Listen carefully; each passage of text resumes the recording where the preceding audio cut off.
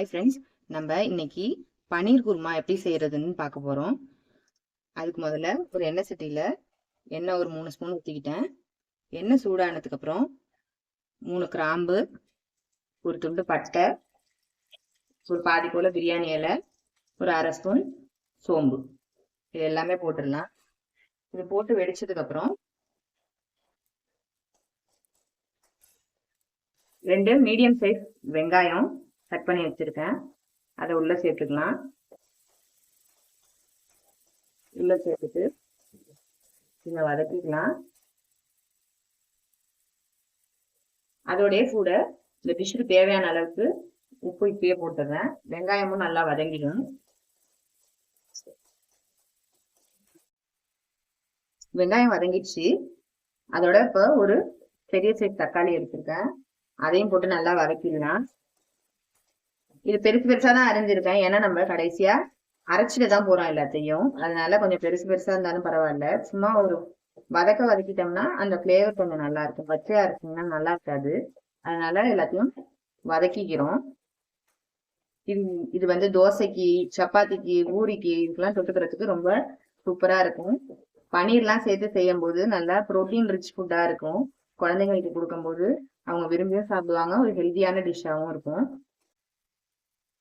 வதங்கிடுச்சு. இஞ்சி பூண்டு கொஞ்சோண்டு போட்டுக்கலாம், ரொம்ப வதங்க வேண்டாம். ஒரு துண்டு இஞ்சி, ஒரு 4 பல்லு பூண்டு, அதை போட்டு வதக்கிட்டு தேங்காய் ஒரு 2 ஸ்பூன், நம்ம பச்சையாகவும் போட்டுக்கலாம், இதுல வதக்கிட்டு சேர்க்கலாம். வதக்கிட்டு சேர்க்கும் போது இன்னும் நல்லா இருக்கும். அதனால நான் அதில் போட்டு வதக்க போறேன்.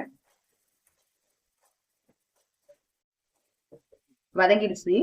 இந்த நேரத்துல நம்ம மசாலா சேர்த்துடலாம். ஒரு 1/4 ஸ்பூன் தனி மிளகாய் தூள், 1 ஸ்பூன் மல்லித்தூள், இதுல போட்டு இந்த பச்சை வாசனை போற வரைக்கும் நல்லா வதக்கிடுங்க. காரம் உங்களுக்கு தேவையான அளவுக்கு நீங்க போட்டுக்கலாம், கூட குறைய போட்டுக்கலாம், அட்ஜஸ்ட் பண்ணிக்கலாம் அதெல்லாம்.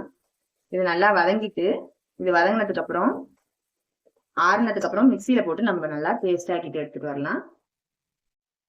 நம்ம வெங்காயம், தக்காளி, இஞ்சி, பூண்டு, தேங்காய் இதெல்லாம் அரைச்சோம் இல்லையா, அந்த பேஸ்ட்டை எண்ணெய் சட்டியில ஊற்றி கொதிக்க வச்சிடலாம். வேணுங்கிற தண்ணி இன்னும் கொஞ்சம் நீங்க ஆட் பண்ணிக்கோங்கன்னா ஆட் பண்ணிக்கோங்க. இது நல்லா கொதிக்கணும். கொதிச்சதுக்கு அப்புறம் நம்ம பன்னீர் கியூப்ஸா கட் பண்ணி வச்சிருக்கோம் குட்டி குட்டியா, அதை வந்து இது கூட சேர்த்துடலாம்.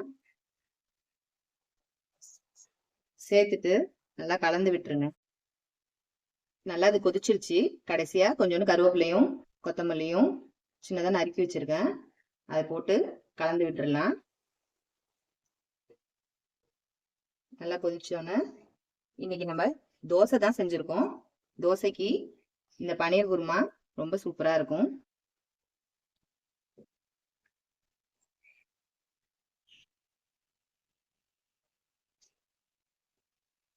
இந்த வீடியோ உங்களுக்கு பிடிச்சிருந்ததுன்னா லைக் பண்ணுங்க, ஷேர் பண்ணுங்க, கமெண்ட் பண்ணுங்க, மறக்காம சப்ஸ்கிரைப் பண்ணிடுங்க.